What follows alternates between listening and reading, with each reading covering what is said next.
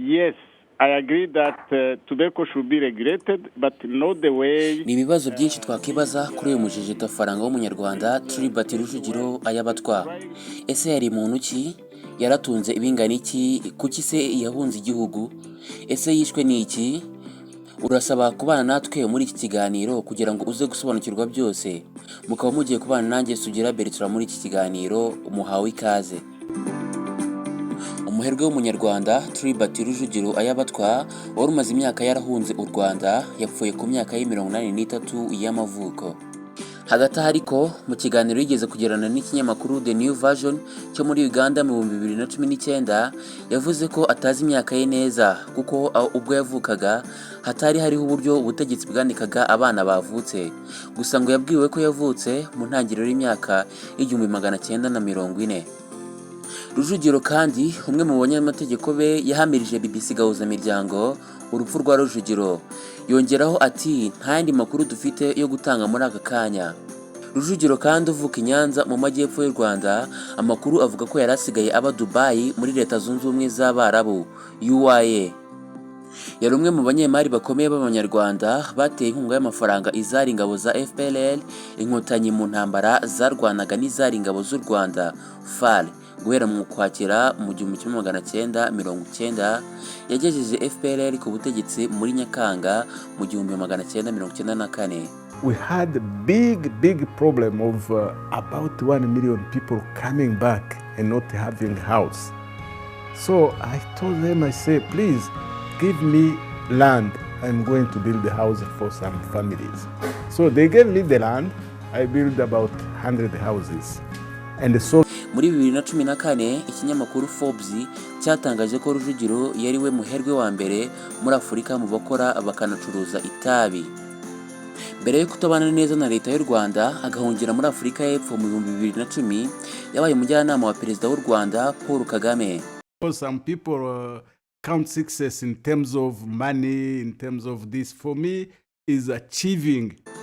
Mu Rwanda Rujugiro yamenyekanye cyane ku bw'inyubako ye iri hagati mu mujyi wa Kigali yarizwi nka UTC Union Trade Center, iri mu za mbere ndende zahubatswe nyuma ya Jenoside yabaye mu Rwanda mu 1994. Iyi nyubako ibarirwa agaciro kari hafi karenga miliyoni 20 z'amadolari y'Amerika, yafunguye imiryango mu 2006. Leta yayiteje cyamunara muri 2017 ivuga ko Rujugiro umunyamigabane myinshi ayibereyemo umwenda w'imisoro irenga miliyoni 1 y'amadolari, ibyo we yakomeje guhakana. Ubwo UTC ya Rujugiro yatezwaga cyamunara, hari hasanzwe hari urubanza hagati ya Rujugiro na leta y'u Rwanda mu rukiko rw'ibihugu bya Afurika, East African Court of Justice, ku kwigarurirwa kw'inyubako mu 2013 n'akarere ka Nyarugenge nk'umutungo udafite ba nyirawo. Icyo gihe nyuma y'umwanzuro w'urukiko mu bujurire, Rujugiro yabwiye BBC Gahuzamiryango ko kuri we amafaranga angana na miliyari y'amanyarwanda irenga abarirwa mu nyubako ya UTC ayasubijwe byaba bihagije. Yagize ati icyanjyanye mu nkiko ntabwo ari ukugira ngo bampe indishyi y'akababaro, kwari ukugira ngo nsubizwe ibyanjye nambuwe. Rujugiro kandi yanamenyekanye mu Burundi mu mwaka w'1970 mu bucuruzi burimo n'ubw'itabi. Yabwiye ikinyamakuru New Version mu 2019 ko yahungiye mu Burundi afite imyaka 19 mu gihe cy'imvururu zibasiye abatutsi mu Rwanda, aba i Burundi ku myaka ye 20.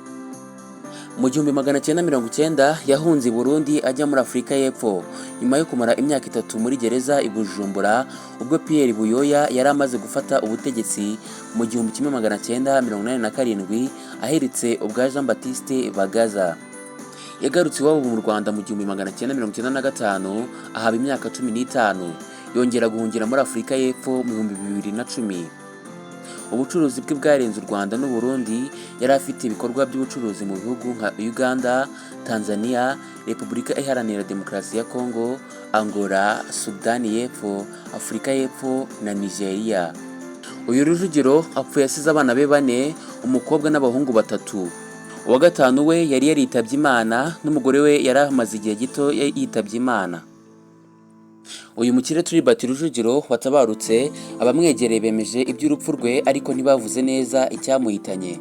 Inkuru y'urupfu rwa Rujugiro yavuzwe cyane mu masaha akuze y'ijoro ryo kuwa kabiri rishyira kuwa gatatu tariki ya 17 Mata mu 2024.